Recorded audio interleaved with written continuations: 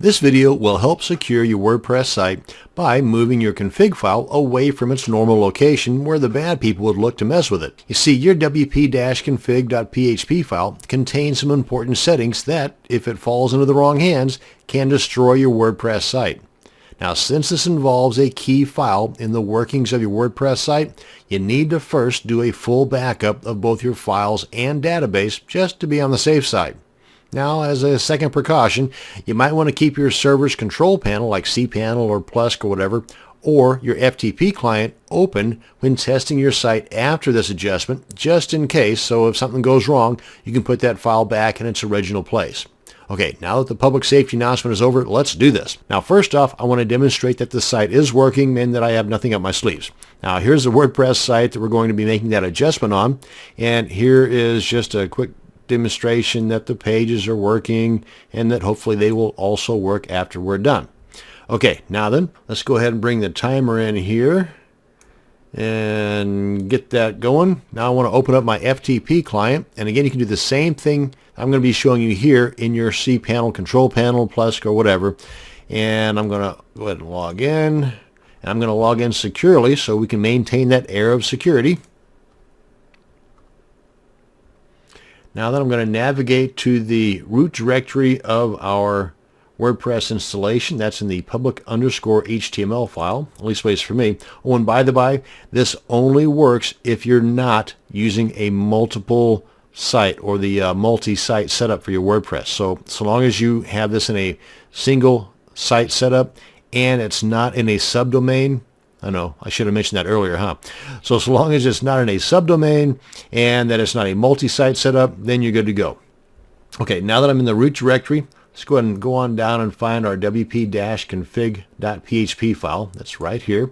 I'm just going to left-click, hold, and let me move this up here first so that I can show you that this is our path right here to the public_HTML, and I'm going to put the wp-config file above, in this order, I'm going to put it above the public_HTML. So I'm going to put it in the same folder or directory that the public_HTML is in. I'm going to do that by just left click, holding, and dragging this on up and dropping it right in there. Now you see, it's no longer here. It is, in fact, if I click on this, and you can see that this is where the public_HTML is now that we used to have to get into to get to the config file. Well, if we scroll on down further, that's where the config file is. Now let's go ahead and check out our site just to make sure it's not broken. And refresh. Yay. Check out a page or two. Yay. And we're still in business. Now, when the bad guys try to find our config file by going to where it's normally located, they're not going to find it, and they're going to get discouraged and go on to the next person's site that is not as secure as this one.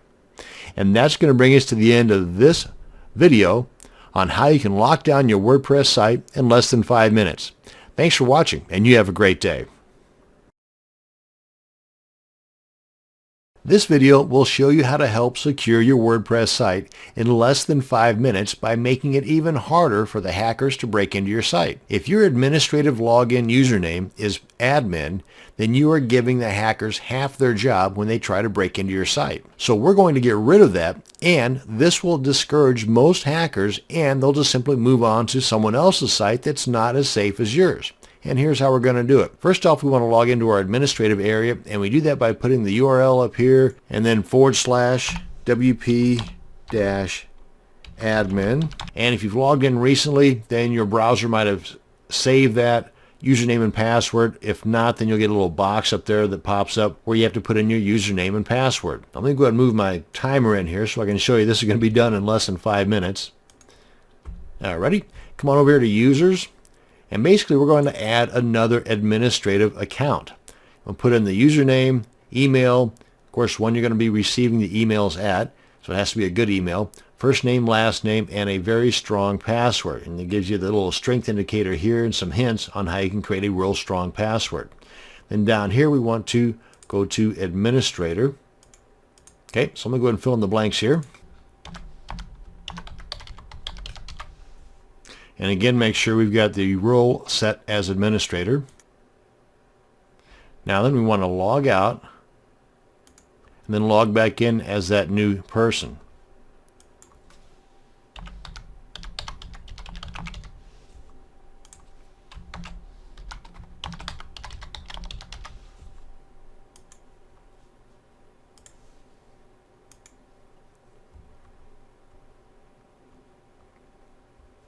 Now then we want to come on back to users, go to all users, and you can see the one that we're logged into right now, there's no delete function. But under the other admin, the original one, there is. Simply click on delete, delete all posts, or attribute to the new guy, however you want to do that. Click on confirm deletion. And now then the old unsecure admin is no longer in existence. Take that, bad guys. And that is how you can help secure your WordPress site by getting rid of the admin as your username in your administrative login details. Thanks for watching, and you have a great day. You can have all the security features in place for your WordPress site, but if they are all on an infected server in your web hosting account, then your site can still get infected. Now, I don't mean to be a Debbie Downer here, because this is the worst case scenario and may never happen, but you should plan for the worst and hope for the best. Now, with this in mind, it's best to plan on moving your sites to a VPS, that stands for Virtual Private Server, or a dedicated server as soon as your budget allows for it, as soon as you can afford it. Now, as far as starting out and using a shared hosting plan, like most of us do that are on a budget, there's a couple of questions that you should ask the hosting company before you purchase an account from them. Number one, how often do you run malware scans on your servers? Not individual accounts, but on the servers that those accounts reside. And number two, do you do backups of your account? And if so, how often? And is it free? And if not, how much is this extra going to cost me? Now, there are plenty of other questions to ask in general, just like, say, how many domains can I have on my account? How many email accounts can I have? What's the bandwidth limitations, and so on. But most of these are actually spelled out on the hosting company's websites. So if you're wanting to save a ton of time and research, then you can contact a guy named Jim at tvcnet.com.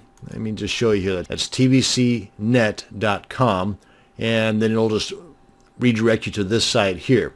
And you can use the phone number if you've got questions, and they've got a complete list here of all the different types of services that they offer, and the prices are very reasonable. The main kicker here is you've got the daily malware scan, and they also provide the backups. So definitely include tvcnet.com in your list of researching websites for your future hosting account. Now, once you've got your hosting setup taken care of and everything's all safe and secure, if you want to find out now what Google thinks of your site as far as it being infected or not, then here is a URL for you to check into. Let me just bring this over here.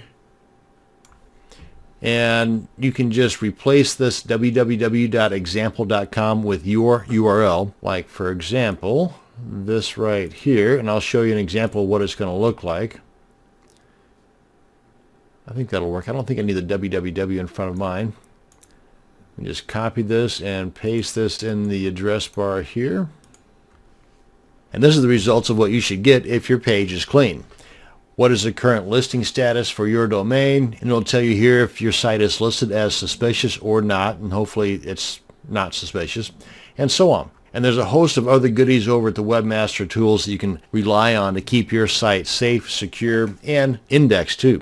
But that's a story for a different video. Now, if you already have a hosting company and do not want to move, then you might want to consider some type of site monitoring service. And you can set one up like what I'm about to show you, and it's free. Or there are free services and there are paid services that'll monitor your website on a constant basis. Now, both paid and free have their pros and cons, and you can do a search for website monitoring service and come up with a little over 150 million results. So there's no shortages of options to choose from here. But let's go ahead and look at a way that you can do this for free, and it's going to take less than 5 minutes to set up. And this is called Google Alerts for Malware. So what you want to first figure out is a list of all the keywords that you want Google to alert you about if they happen to pop up on your site. For example, if your WordPress site has nothing to do whatsoever with pharmaceuticals and you want to be alerted the first time that something ends up on your site having to do with Cialis or Viagra or porn or any other type of keyword that you know you didn't have anything to do with putting on your site and it shows up there, if you want to be alerted to that, here's how you do it. Let me go ahead and pull in my handy dandy little timer here, set at 5 minutes. Let's go ahead and start this off. Now we want to head over to Google Alerts, and I believe it's google.com alerts /alerts. I believe. Yes, it is. And here's the search query that we want to put in there. You want to put in site:yourdomain.com or whatever your domain is, and then you want to put in a space and then the keywords that you want to search for. Let me just show you that on this text document here. Right here. This is what you want to put in. Site:yourdomain. Replace this with your actual domain if it's .info, .com, .org, whatever. Space, then the keyword you want to search for, and then a space, then the word or, space, another keyword. So for example, Cialis, space, or, space, Viagra, space, or, space, whatever else you want to put in there that you want to be alerted about. And then once you do that, let's get this out of the way here, then you want to result type. I'd say everything. And you can always come back and adjust this later if you're just getting too much information. Hopefully you won't get any information. That's the goal here. How often? I'd say at least once a day. And because remember, this is free, so why not?